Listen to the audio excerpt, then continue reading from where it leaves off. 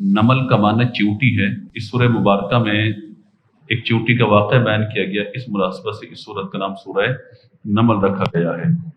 یہ مکہ مکرمہ میں نازل ہوئی۔ سورہ مبارکہ میں جو مضامین ہیں ان کو ایک دفعہ ہم ذکر کر لیتے ہیں۔ اس کی ابتدا میں قرآن پاک کے اوصاف بیان کیے گئے اور نیک اعمال کرنے والے مسلمانوں کو جنت کی بشارت اور آخرت کا انکار کرنے والوں کو آخرت میں سب سے بڑے نقصان اور برے عذاب کی وعید بیان کی گئی۔ 5 واقعات بیان کیے گئے اس سورہ مبارکہ میں۔ پہلا واقعہ حضرت موسیٰ علیہ السلام کا ہے جو انشاءاللہ ابھی ہم ذکر کریں گے۔ دوسرا واقعہ حضرت سلیمان علیہ السلام اور چیونٹی کا ہے، کوشش کریں گے اس واقعے کو بھی ڈسکس کر لیں۔ تیسرا واقعہ حضرت سلیمان علیہ السلام اور ملکہ بلقیس کا واقعہ ہے۔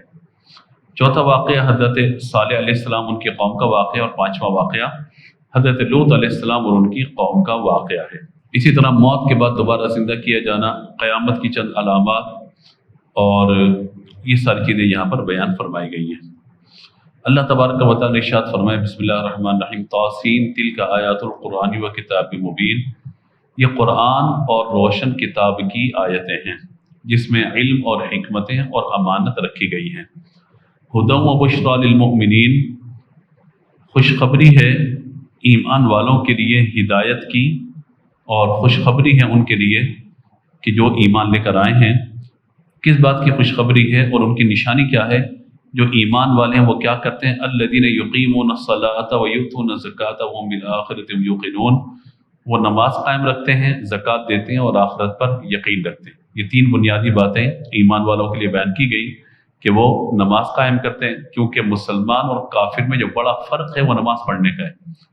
اور 3 فقہا، امام مالک، امام احمد بن حنبل، امام شافعی کے نزدیک بعض فتاوی کے اندر اس بات کو بیان فرمایا گیا کہ جو تاریک نماز ہے، نماز کو ترک کرنے والا، اس کو قتل کر دیا جائے، وہ کفر قرار دیتے ہیں اس کو۔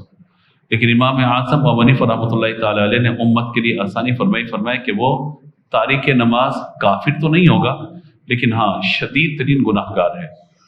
اور آج ہم دیکھتے ہیں کہ نمازوں میں آج کل بڑی سستی نظر آتی ہے۔ رمضان میں پھر بھی لوگ نمازوں کی طرف آ جاتے ہیں، مگر رمضان کے علاوہ بلکہ رمضان میں بھی بعض جگہوں پر ہمیں دیکھتے ہیں کہ نمازوں میں بڑی کوتاہی نظر آ رہی ہوتی ہے۔ تو یوں غور کرنا چاہیے کہ انسان کو اللہ نے جو عبادت عطا فرمائی اس کا مکلف بنایا اور وہ سجدہ ہے، تو کوشش کرنی چاہیے کہ اپنی پیشانی کو زمین پہ رکھ کر سجدہ کرتا رہے بندہ، اللہ کی عبادت کرتا رہے، خاص طور پہ نماز۔ اور نماز جب پڑھیں تو توجہ کے ساتھ پڑھیں۔ اور یہاں بیان فرمایا کہ نماز کو قائم کرنا، یقیمون الصلاۃ۔ قرآن میں نماز پڑھنے کا ذکر نہیں ہے، نماز قائم کرنے کا ذکر ہے۔ قائم کرنے کا مطلب کیا ہے؟ اقام الصلاۃ، یہ واقیم الصلاۃ، اور یہاں پر یقیمون الصلاۃ، تو یہ سب یہ قائم کرنے کے معنی۔ قائم کرنا کیا ہوتا ہے؟ پڑھنا ایک مرتبہ ہو گیا۔ قائم کرنے کا مطلب ہے مستقل، اقامت دین جس کو کہا جاتا ہے، اقامت صلاۃ جس کو کہا جاتا ہے، مستقل پڑھنا، صحیح پڑھنا، وقت پر پڑھنا، اور اس کے آداب کا خیال کرتے ہوئے پڑھنا، اس میں کوئی کمی کوتاہی نہ ہو۔ تو یوں کوشش کرنی چاہیے کہ نماز کی پابندی ہو، اور یہ مردوں کے لیے بھی ہے، یعنی مردوں کے لیے بھی ہے اور خواتین کے لیے بھی ہے۔ دوسری بات زکوٰۃ دینے کا ذکر کیا گیا، اور فرمایا وہ آخرت پر یقین رکھتے ہیں۔ ہر مومن اس بات کو جانتا ہے کہ مجھے مر کر اللہ کو جان بھی دینی اور اپنے اعمال کا جواب بھی دینا ہے۔ ان الذين لا يؤمنون بالآخرة زينا لهم اعمالهم فهم يعمهون اولئك الذين لهم سوء العذاب وهم في الآخرة هم الاخسرون وانك لتلقى القرآن من لدن حكيم عليم۔ بے شک وہ لوگ، پہلے ایمان والوں کی بات تھی، اب دیکھیے وہ لوگ کہ جو آخرت پر ایمان نہیں لاتے، ہم نے ان کے برے اعمال ان کی نظر میں خوشنما بنا دیے تو وہ بھٹک رہے۔ یہی ہیں وہ لوگ جن کے لیے برا عذاب ہے، اور یہی آخرت میں سب سے زیادہ نقصان اٹھانے والے ہیں۔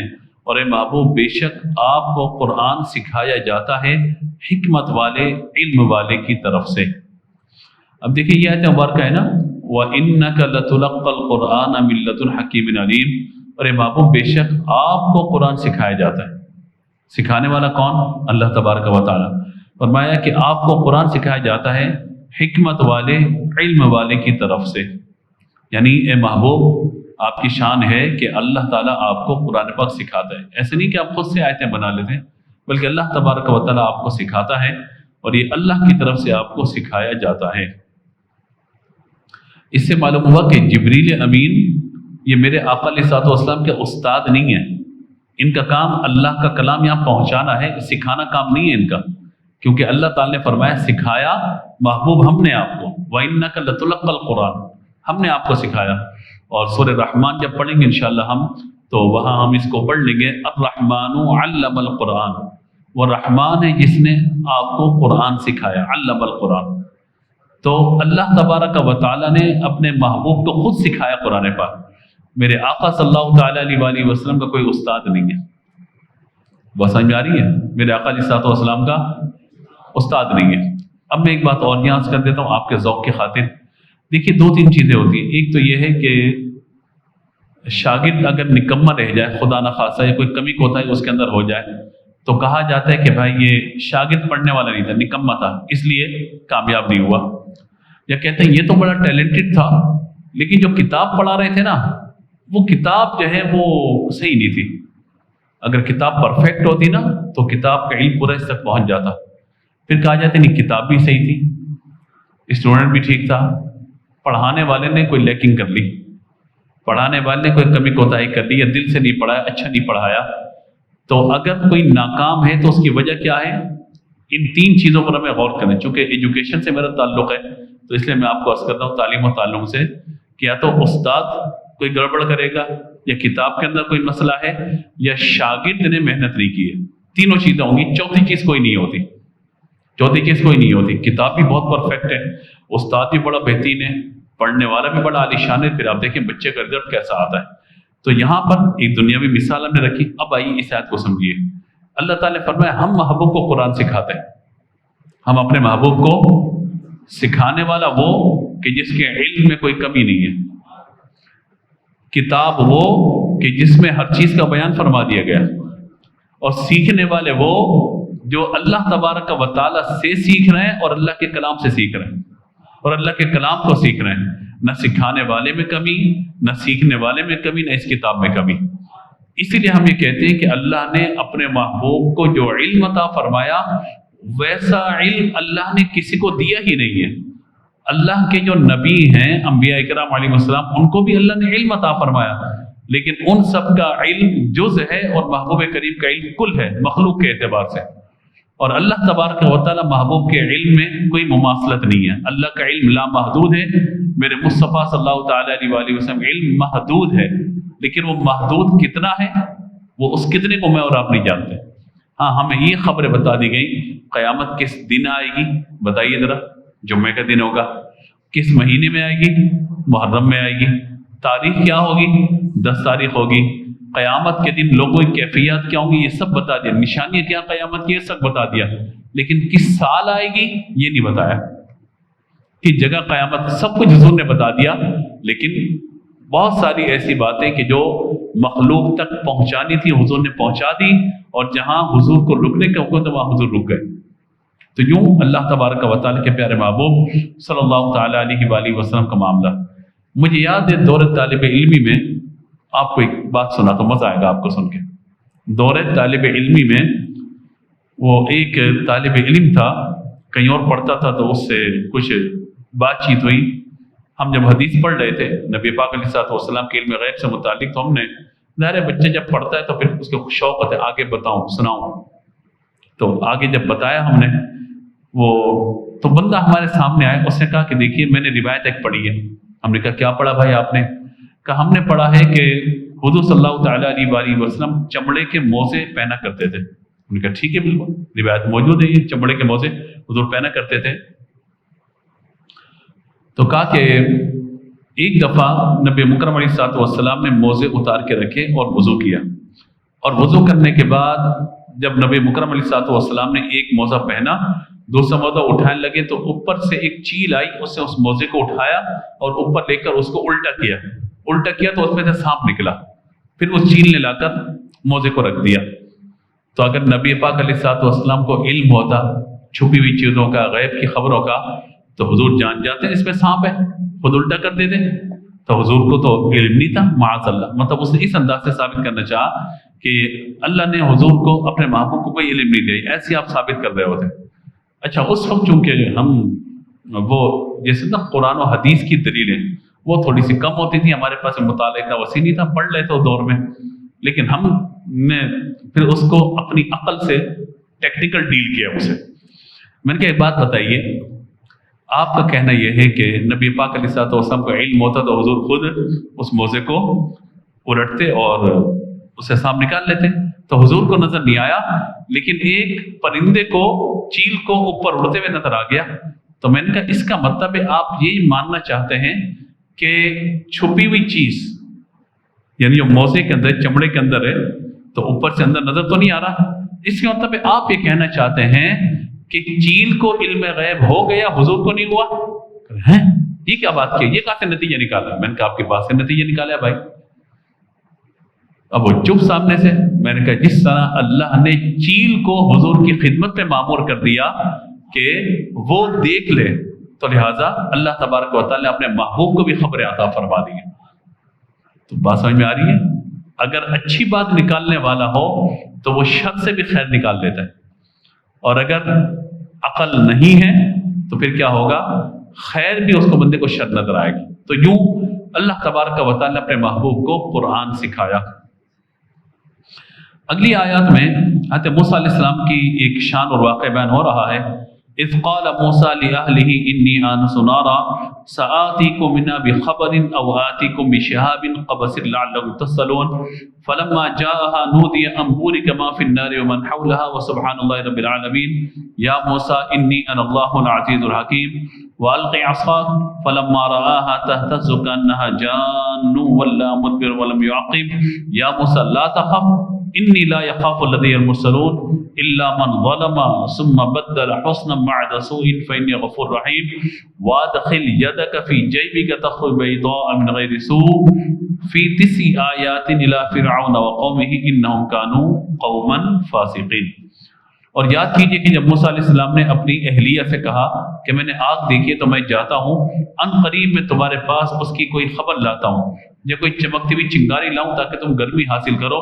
پھر موسیٰ علیہ السلام جب آگ کے پاس گئے تو انہیں ندا دی گئی کہ اس موسیٰ کو جو اس آگ کی جلوہ گاہ میں ہے اور جو اس آگ کے آس پاس فرشتے ہیں انہیں برکت دی گئی، اور اللہ پاک ہے، سارے جہانوں کا رب ہے۔ اے موسیٰ اے موسیٰ بات یہ ہے کہ میں ہی اللہ ہوں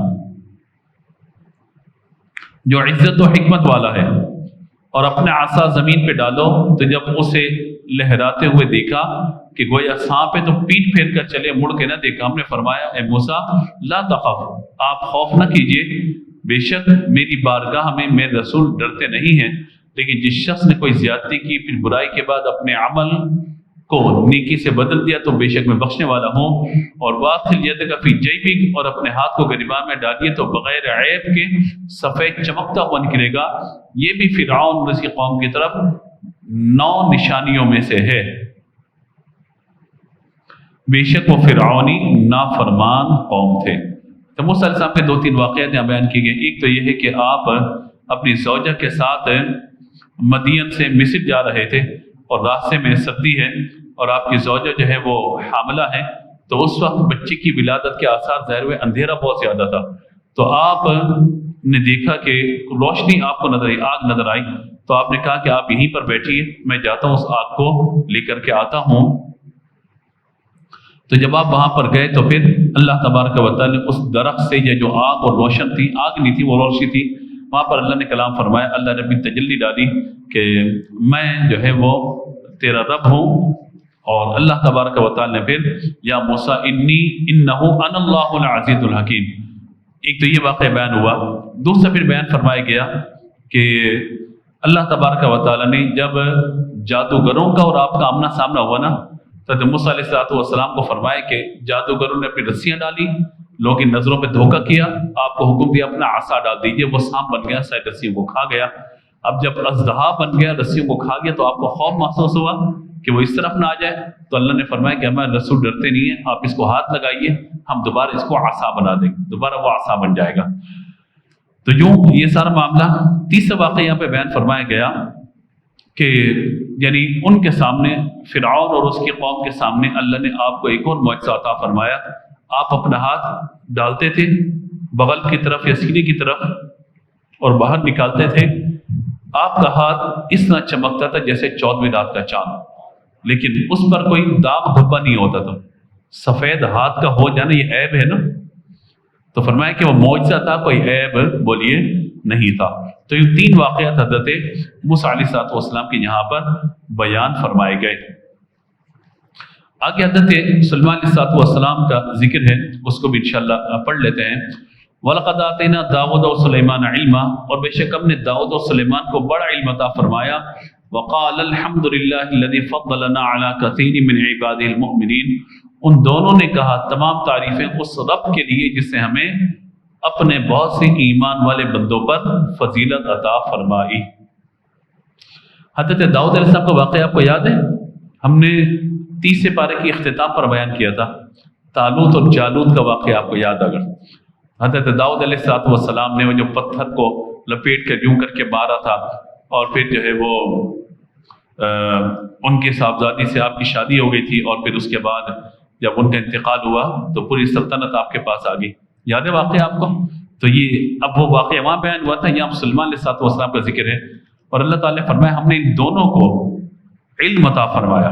اس کا مطلب ہے کہ انسان کی جو سب سے بڑی دولت ہے وہ علم ہے، اور علم ہی وہ کہ جو اللہ کے قریب کرے. جو اللہ سے دور کرے وہ علم نہیں ہے.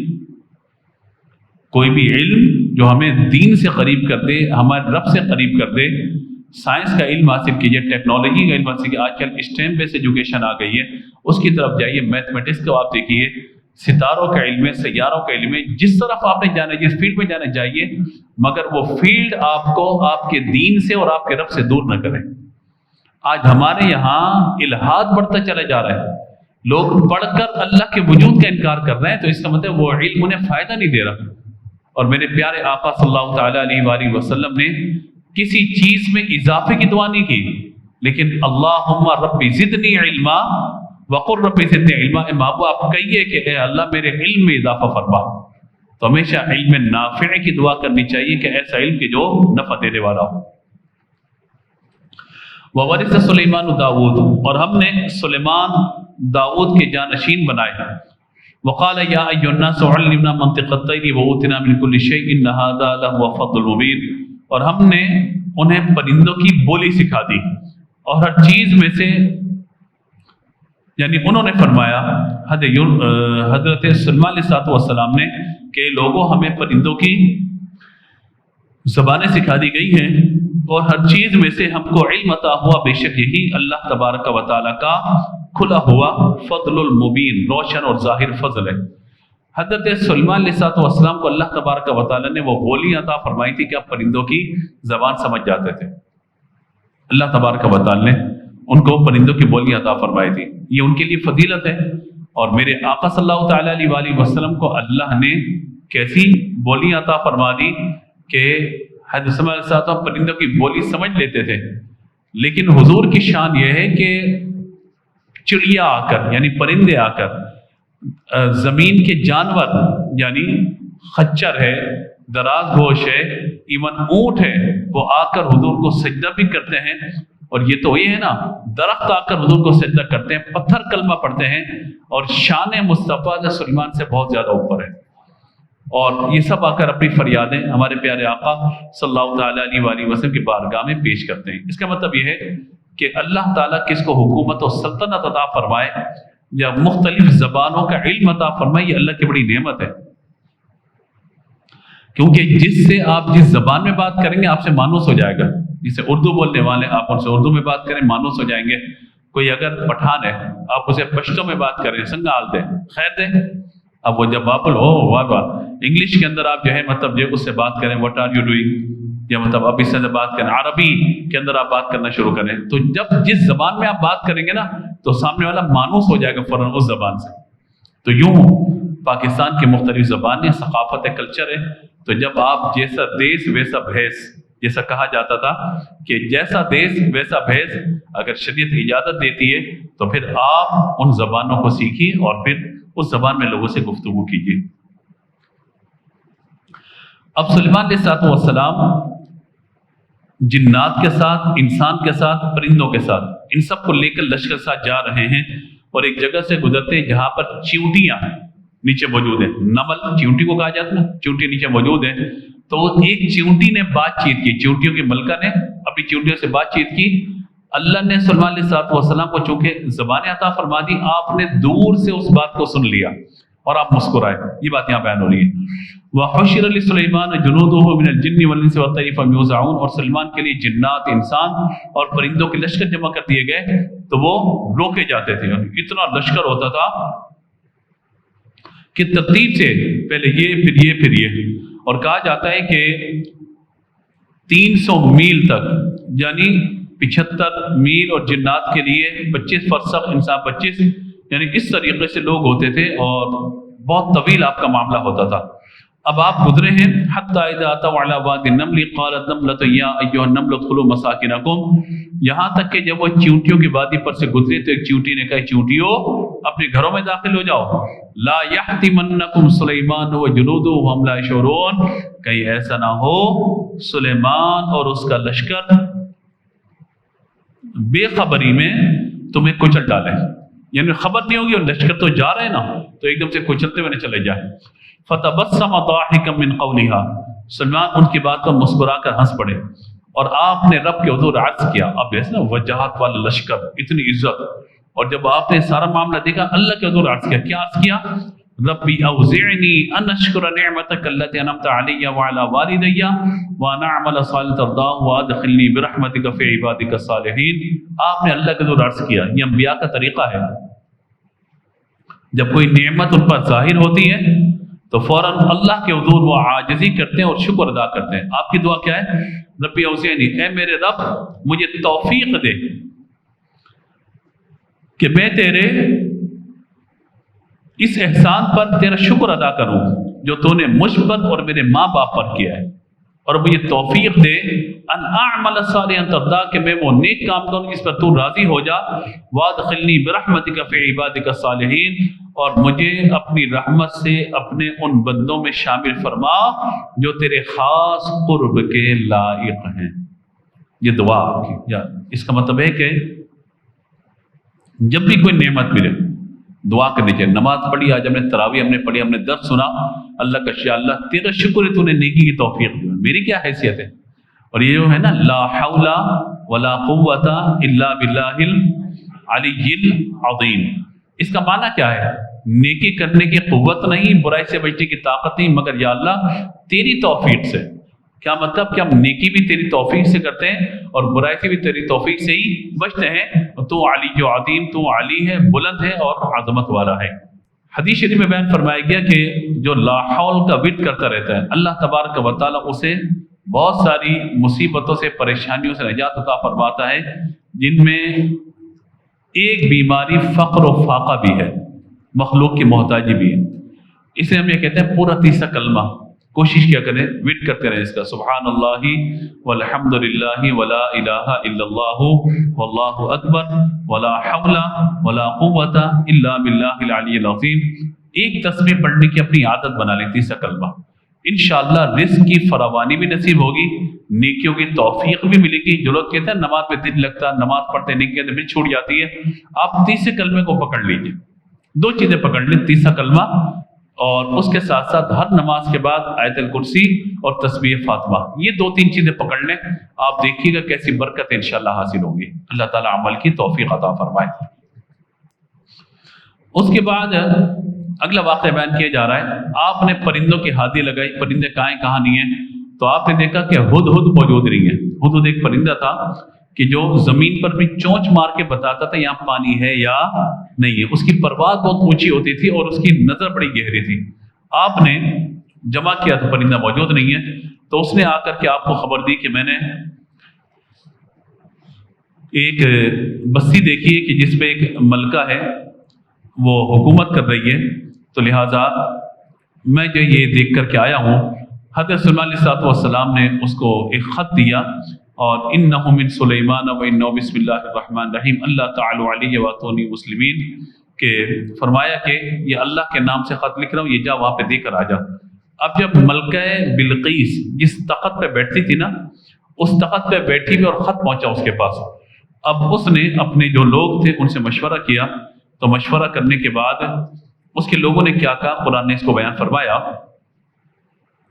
قالت یا ایھا الملأ افتونی فی امری ما كنت قاطعۃ امرا حتى تشهدون قالوا نحن اولو قوة واولو باس شدید والامر الیک فانظری ماذا تأمرین. ملکہ نے کہا اے میرے سرداروں بتاؤ اس معاملے میں کیا کرنا چاہیے، میں کوئی فیصلہ نہیں کر پا رہی. انہوں نے کہا ہم قوت والے ہیں اور اختیار تو آپ کے پاس ہے، آپ حکم کریں چڑھائی کر دیں. ہم سلمان علیہ السلام سے لڑنے کا معاملہ. لیکن اس خاتون نے ایک بات کی، ظاہر ہے کہ لوگ تو جذباتی ہوتے ہیں نا، خاتون نے ایک بات کی اور وہ بات بڑی، شاید میں نے ایک آدھ دن پہلے بھی آپ کو ذکر کیا تھا. قالت ان الملوک اذا دخلوا قرية افسدوها وجعلوا اعزة اهلها اذلة وكذلك يفعلون. اسے کہا بے شک بادشاہ جب کسی بستی میں داخل ہوتے ہیں نا تو اسے تباہ کر دیتے ہیں اور اس کی عزت والوں کو ذلیل کر دیتے ہیں، اور وہ ایسے ہی کرتے ہیں. کل ذکر کیا تھا میں نے آپ کو. فتح مکہ ہے، میرے آقا علیہ الصلوۃ والسلام تشریف لے کر گئے، آپ دیکھیے کیا ہوا. آج 20 تاریخ ہے نا، 20 فتح مکہ کا دن ہے، لیکن آپ دیکھیے کہ کوئی خون ریزی نہیں، کچھ نہیں. ہاں کچھ لوگوں کو قتل کیا گیا کہ جو ازلی بدبخت تھے، انہیں قتل کرنے کا حکم دے دیا گیا تھا. جیسے ابن خطیل ہے، وہ نبی پاک علیہ الصلوۃ والسلام کی شان میں نازیبہ کلمات کہتا تھا، وہ کعبے کے پردے میں گھس گیا، حضور نے فرمایا وہیں پر اس کو قتل کر دیا جائے. تو یوں مطلب چند لوگوں کو قتل کیا گیا، اس کے علاوہ حضور نے تو عام معافی کا اعلان فرما دیا، سب کو معاف کر دیا. اور فتح مکہ اور مطلب کیسا تاریخی دن. تو یہاں پہ اس آیت مبارکہ میں اس نے یہ بات کی وَإِنِّي مُرْسِلَةٌ إِلَيْهِمْ بِهَدِيَّةٍ فَنَاظِرَةٌ مَا يَرْجِعُ الْمُرْسَلُونَ. چلو ایک کام کرتے ہیں، ہم ایک تحفہ ان کی طرف بھیجتے ہیں، پھر دیکھتے ہیں کہ قاصد ہمیں کیا جواب دیتا ہے. ان کا خط آ گیا، لہذا ہم یہاں سے تحفہ بھیجتے ہیں، دیکھتے ہیں کہ وہ کیا کرتے ہیں. تو انہوں نے قاصد کو یہاں سے بھیجا، 500 غلام، 500 بانیاں، بہترین لباس زیوروں کے ساتھ آراستہ، اور یہاں سے ان کو روانہ کیا. اور جب یہ سارا معاملہ ہوا تو حضرت سلیمان علیہ السلام نے حکم دیا کہ سونے چاندی کی اینٹیں جو ہے 27 میل تک بچھا دی جائیں اور بلند دیوار بنا دی جائے اور دائیں بائیں یہ جنات کھڑے ہو جائیں. یوں ایک استقبال کا معاملہ. فلما جاء سلیمان، جب ان کے پاس وہ آیا، سلیمان نے فرمایا کیا مال سے میری مدد کرتے ہو؟ جو اللہ نے مجھے دیا وہ اس مال سے بہت زیادہ بہتر ہے، بلکہ تم ہی اپنے تحفے پہ خوش ہو رہے، ہم اتنا کچھ لے کر آئے، اللہ نے مجھے اس سے زیادہ عطا فرمایا. تو اس کے بعد آپ نے فرمایا ارجع الیہم، لوٹ جا اور اپنی ملکہ کو جا کے کہہ دے کہ اگر تم نے اسلام قبول نہیں کیا اور بت پرستی کو نہ چھوڑا تو ہم ایک لشکر لے کر آئیں گے جس کی تمہیں طاقت نہیں ہوگی، اور ہم پھر تم سے جنگ کریں گے، مقابلہ کریں گے. تمہیں دعوت ہے اللہ کے دین کی طرف آ جاؤ. اچھا، جب حضرت سلیمان علیہ السلام کا یہ معاملہ ہوا نا، اب وہ ملکہ وہاں سے روانہ ہوئی، ملکہ بلقیس وہاں سے روانہ ہوئی کہ یہاں پر آ جائے. جب وہاں سے وہ چلی نا تو اس نے اپنے تخت کو مقید کیا، قید کیا تخت کو، اور وہ تخت جو ہے وہ اس نے دروازوں میں بند کیا اور وہاں سے وہ روانہ ہوئی. حضرت سلیمان علیہ السلام نے فرمایا کہ کون ہے کہ جو اس تخت کو میرے پاس لے کر آ جائے تاکہ میں اسے بتاؤں کہ میں کوئی عام بندہ نہیں، اللہ کا نبی ہوں. تو اس وقت جو ہے وہ ایک شخص، ایک جن کھڑا ہوا، اور جن نے کیا کہا، قرآن نے کہا قال یا ایھا الملأ ایکم یاتینی بعرشھا قبل ان یأتی المسلمین. تو قال عفریت من الجن انا آتیک بہ قبل ان تقوم من مقامک وانی علیہ لقوی امین. حضرت سلیمان علیہ السلام صبح سے لے کر دوپہر تک بیٹھتے تھے، مختلف فیصلے کرتے تھے.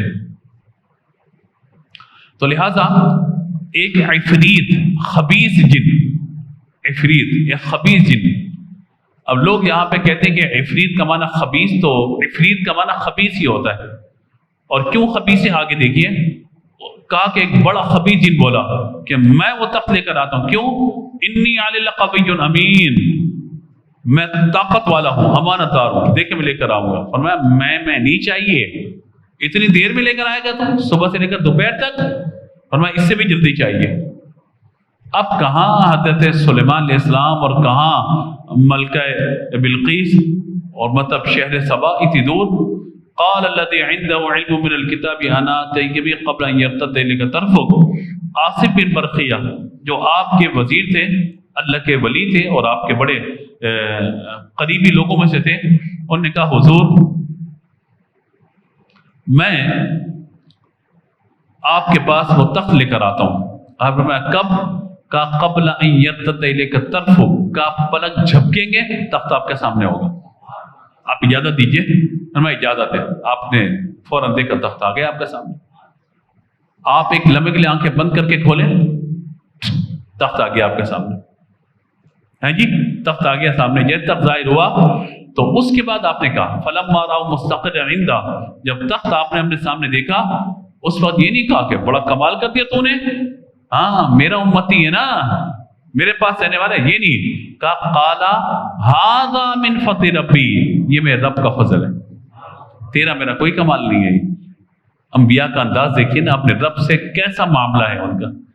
اگر میں نے اچھا قرآن پڑھ لیا، میں نے اچھی نماز پڑھ لی، میں نے اچھا درس دے دیا، میں نے اچھا بیان کر لیا، میں نے صدقہ و خیرات دے دیا، میں نے کوئی نیکی کر لی، میں نے رمضان کے پورے دن سے، میرا کیا کمال ہے؟ ھذا من، بولیے فضلی ربی، یہ میرا رب کا فضل ہے، اس رب کی مہربانی ہے۔ اور اگلی بات اسی پر درس مکمل کرنا ہے ہم نے، اور یقین مانی جب یہ آیت میں پڑھتا ہوں نا تو بڑے رونگٹے کھڑے ہو جاتے ہیں کہ واقعی انبیاء کرام کا رب کے ساتھ کیا معاملہ ہے، حالانکہ کتنے چنیدہ منتخب بندے ہیں وہ، لیکن ان کا اپنے رب کے ساتھ ھذا من فضل ربی، کہا کہ یہ میرے رب کا فضل ہے، لیبلونی اشکر ام اکفر، کہ میرا رب مجھے آزمائے کہ میں اس نعمت پر اس کا شکر کرتا ہوں یا ناشکری کرتا ہوں۔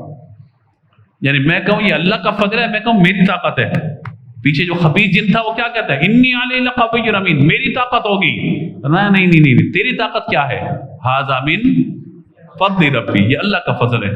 ومن شکر فانما یشکر لنفسی، اب ہے وہ جملہ جو قابل توجہ ہے، فرمایا کہ اللہ مجھے آزمائے کہ میں شکر کرتا ہوں یا ناشکری، اور یاد رکھو کیا جو شکر کرتا ہے وہ اپنے فائدے کے لیے کرتا ہے، ومن کفر، اور جو ناشکری کرے، فإن ربی غنی کریم، میرا رب بے پرواہ ہے، کرم فرمانے والا ہے۔ یعنی اللہ کو آپ کے شکر کی حاجت نہیں ہے، لیکن شکر کرو گے اللہ خوش ہو کر تمہاری نعمتوں میں اور اضافہ فرما دے گا۔ تو یہ واقعات ہمیں بتاتے ہیں کہ بندے کا رب سے تعلق بڑا مضبوط ہونا چاہیے۔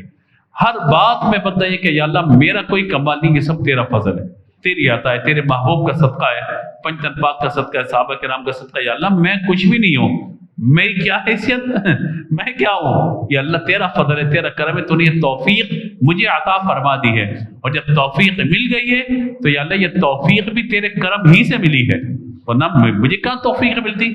ایک طرف شیطان ہے، ایک طرف میرا نفس اندر بت بن کے بیٹھا ہوا ہے، مجھے نیکی نہیں کرنے دیتا۔ یا اللہ اگر میں گھر سے چل کر عبادت کے لیے آ گیا، دعا میں نے کر لی، نماز پڑھ لی، عبادت کر لی، روزے رکھ لیے، صدقہ و خیرات کر لیا، تیرے فضل سے ہم نے مکان بنا لیا، اچھا کاروبار کر لیا، اچھی روزی لگ گئی، اللہ نے مالی طور پر وسعت دے دی، تو میری محنت کیا، مجھ سے زیادہ محنت کرنے والے موجود ہیں، میرا علم کیا، مجھ سے زیادہ علم والے موجود ہیں، میری فہم و فراست اور میرا جینیس ہونا کوئی معنی نہیں رکھتا، یہ اللہ کا فضل ہے جس پہ اللہ تعالیٰ فضل فرما دیتا ہے، میرا کیا ہے اس کے اندر، یہ سب اللہ کا فضل ہے۔